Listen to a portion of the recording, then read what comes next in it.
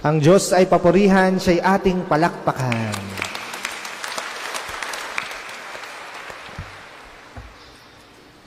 Kung meron pong isa sa pinaka ikinagagalit o ikinatatampo ang isang bata, ay yun ay kapag meron siyang magulang na mahilig mangako pero hindi naman tinutupad ang pangako.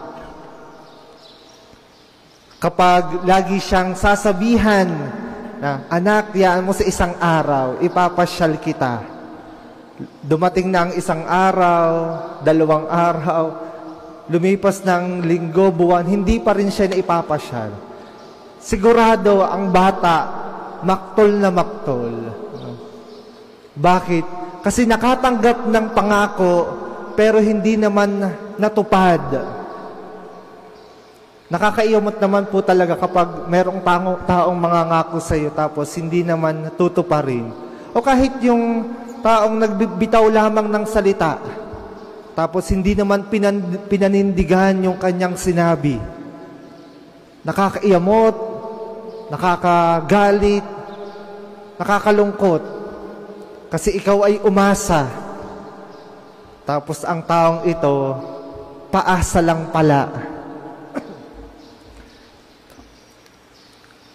Kaya po mahalaga ang pagtupad sa pangako. Dahil tuwing may pangakong hindi natutupad, may isang taong nasasaktan.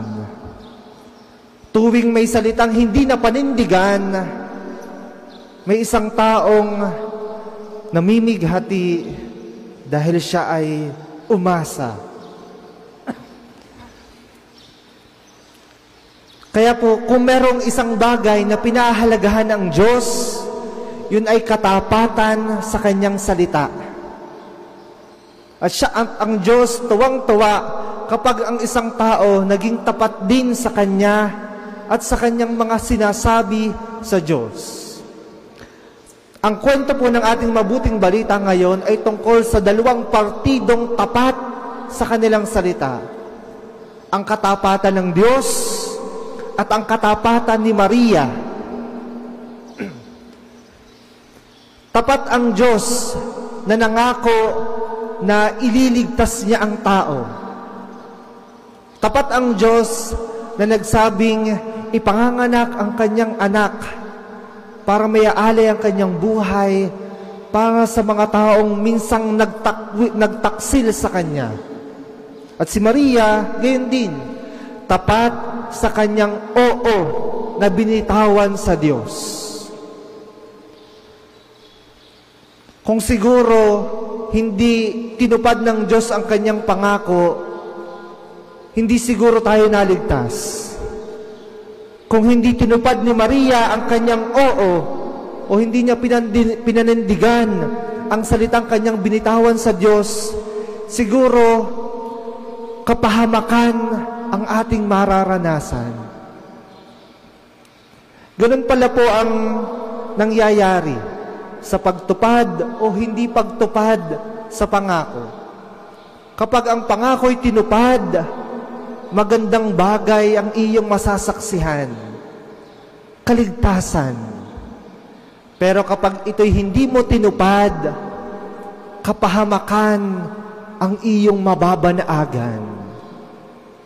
Kaya pansinin niyo po sa pamilya, kapag nagtaksil ang isa sa mag-asawang minsang nangako sa isa't isa, ang pamilya nasisira, nagkakawatak-watak, nagkakahiwa-hiwalay. Pero ang mag-asawang naging tapat sa kanilang mga salita nung sila'y humarap sa altar, sila yung nakakatuwang pamilyang tingnan.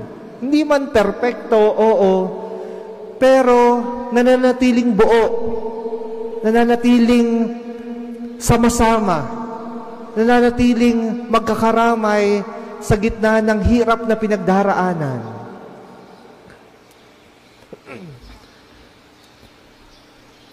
Ang istorya po ng tao at ang Diyos talagang istorya ng katapatan at pagtataksil.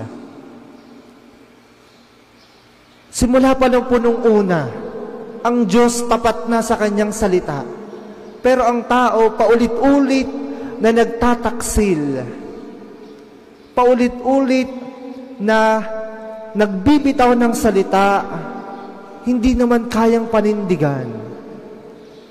Siguro ganoon na po talaga ang buhay ng tao. Talagang hindi lahat ng tao ay kayang maging tapat. Siguro hindi po talaga lahat ng tao ay kayang manindigan sa kanilang salita. Let's accept that fact. Dahil talagang may tao pong bigla-bigla na lamang nagsasabi kahit hindi naman niya kayang panindigan. Kaya po minsan nakakatakot yung mga taong bigla na lang mangangako ng sobrang saya ang emosyon. Tapos kapag humupa ang emosyon, biglang mapapaisip, bakit ko ba nasabi iyon?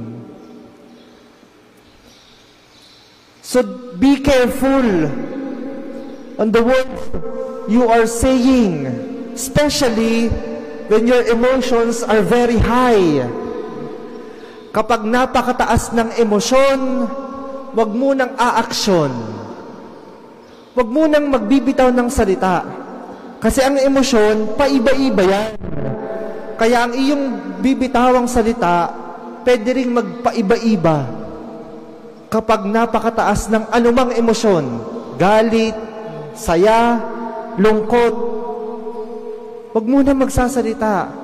Kasi baka meron kang taong paaasahin lamang sa iyong sasabihin o ipapangako. Pero pansinin niyo po ang istorya ng tao at ng Diyos. Kahit hindi man lahat ng tao ay tapat sa Diyos, meron talagang mga taong sumusulpot na nagiging modelo ng katapatan. At dahil merong tapat, ibinubuhos na ng Diyos ang kanyang pagpapala. Nung magkasala si Eva at Adan, pinatalsik sila sa kaharian. Napahamak ang tao.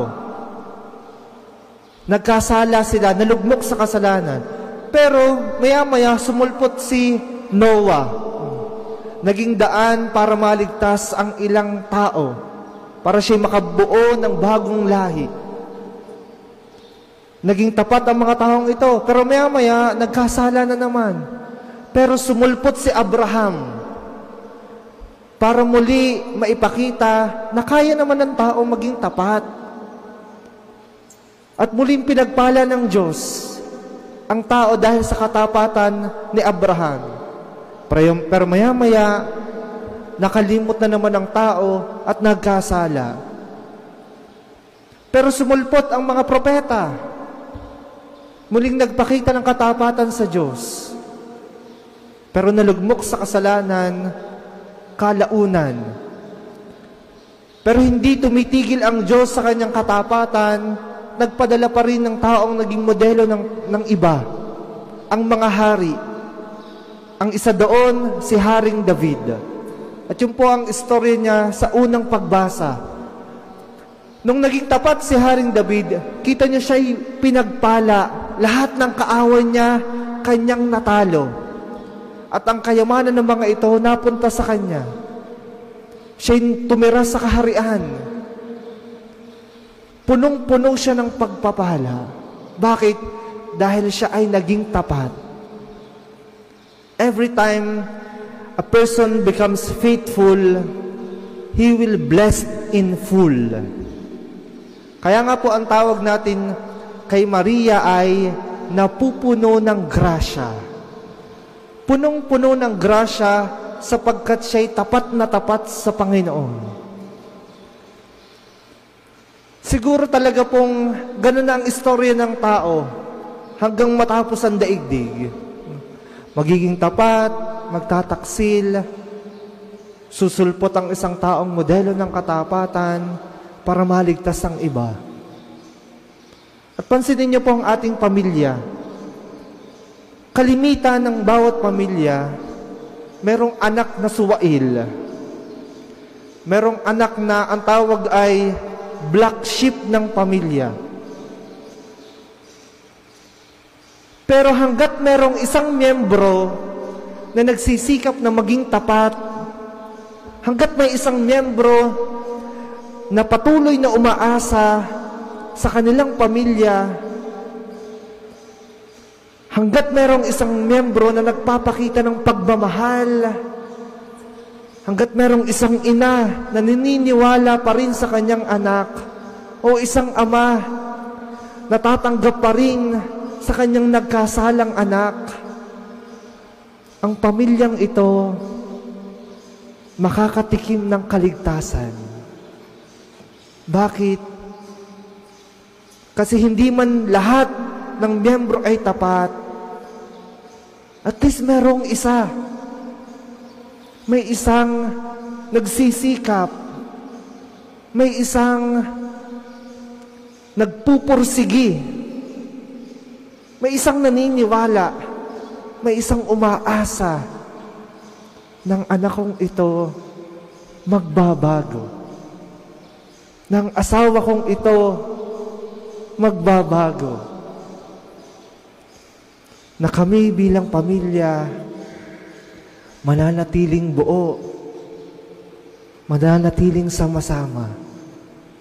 At kapag may isang ganitong miyembro, ang pagpapala ng Diyos ay bubuhos ng buo sa kanila.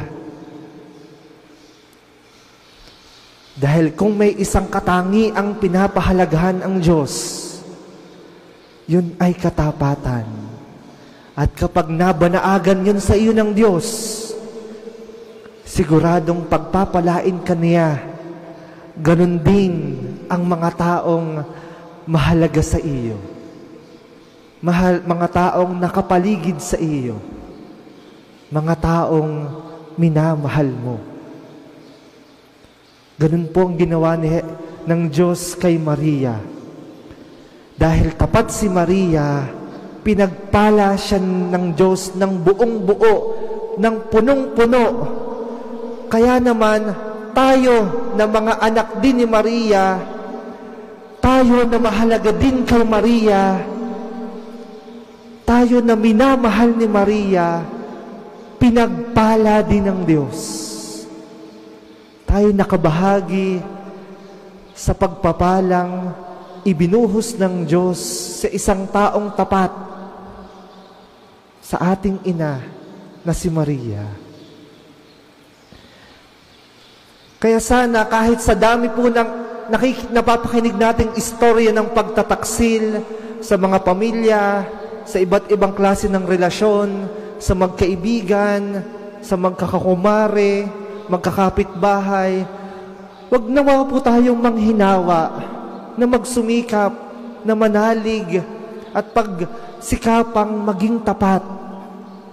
Kasi ang bawat katapatan may kaakibat na pagpapala, punong-puno, hindi lamang para sa iyo, kundi para din sa mga taong nakapaligid sa iyo. Palakpakan ng Diyos sa paalala.